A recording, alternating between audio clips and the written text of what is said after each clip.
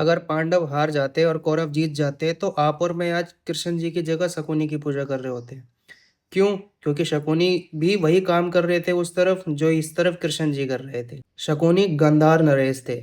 ठीक है, तो उनको सबसे बड़ी दिक्कत ये थी कि पहला उनकी बहन की शादी एक अंधे से करा दी गई जो उनको बिल्कुल पसंद नहीं था।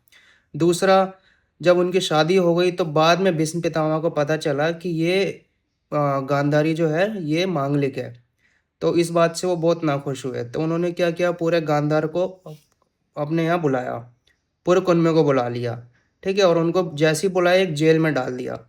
और उनके बीच क्या करते थे वो लोग, एक मुट्ठी चावल रखते थे पूरे कुनबे के बीच। तो उन लोगों ने आपस में डिसाइड किया कि क्या करेंगे हम, जो हमारा उत्तराधिकारी होगा शकुनी, तो उसको हम वो एक मुट्ठी चावल दे दिया करेंगे। तो ऐसे करते करते धीरे धीरे सब मरते चले गए इसके सामने, शकुनी के सामने। तो आखिर में बचते हैं शकुनी के पिता और शकुनी, गांधार नरेश और उसका बेटा शकुनी। ठीक है, तो उसके पापा उसके पिता उन्हें बुलाते हैं, इधर आओ। तो वो कहते हैं आज मैं तुम्हें दो तोहफे दूंगा। तो पहले क्या होता है, वो क्या करते हैं, अपनी पूरे शरीर की ताकत अपने पैरों में इकट्ठी करके उसके घुटने पे लात मारते हैं शकुनी के। उसकी घुटना टूट जाता है।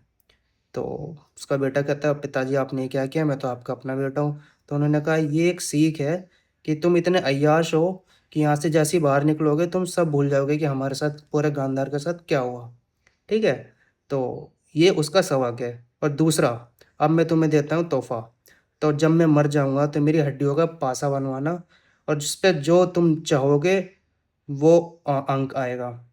तो ये वही पासा था जिससे पूरी महाभारत रची गई थी, शकुनी के जरिए।